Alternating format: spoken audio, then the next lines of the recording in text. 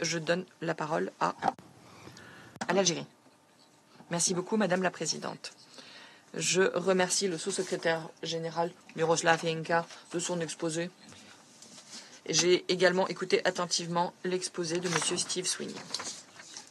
Il y a 9 ans, le Conseil de sécurité a adopté à l'unanimité la résolution 2202, qui consistait à approuver l'ensemble de mesures en vue de l'application des accords de Minsk. Cette résolution a constitué le point culminant d'un dur labeur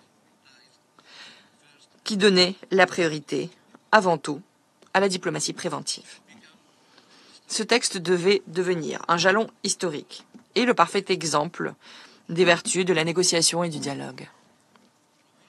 Les dispositions de cet accord nous donnaient l'espoir d'un avenir radieux, meilleur, avec un cessez-le-feu immédiat et complet, et le lancement d'un dialogue, tout en garantissant le pardon, l'amnistie et l'accès à l'aide humanitaire. Tout cela, malheureusement, n'a pas pu devenir l'histoire d'un succès. En effet, plutôt que de célébrer le succès de ces mesures, nous sommes réunis aujourd'hui alors que le nombre de morts continue à croître, alors que la situation humanitaire s'aggrave de jour en jour. Les civils et les infrastructures civiles continuent à être ciblées d'une manière encore plus récurrente. Et, avant tout, par-dessus tout, nous ne voyons qu'une perspective d'une reprise d'un dialogue complet et inclusif entre les parties. Voilà la triste réalité. Mais ne devrions pas faire preuve de fatalisme. L'échec, c'est le passé de succès.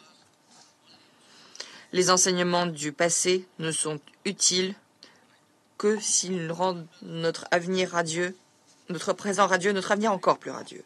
En tant que membre du Conseil de sécurité, nous avons le mandat légal et l'obligation morale de travailler aussi dur que possible pour promouvoir les vertus du dialogue et pour préserver la paix et la sécurité internationale. La mise en œuvre des accords de Minsk a peut-être échoué, mais leur esprit devrait continuer à nous inspirer. Ce même esprit qui a rappelé l'importance et la prééminence du dialogue et des négociations dans le cadre du règlement pacifique des différends. Ce même état d'esprit qui a permis de faire régner le consensus plutôt que la confrontation. Ce même état d'esprit qui cherche à promouvoir la coopération plutôt que la polarisation. Voilà la quintessence de la position de l'Algérie pour cette crise, que nous n'avons cessé de réexprimer dans cette salle. Nous appelons à une intensification des efforts diplomatiques pour une paix juste et pérenne, en nous fondant sur les buts et principes de la Charte des Nations Unies et dans le respect des préoccupations sécuritaires légitimes de toutes les parties. Je vous remercie. Je remercie le représentant de l'Algérie de sa déclaration.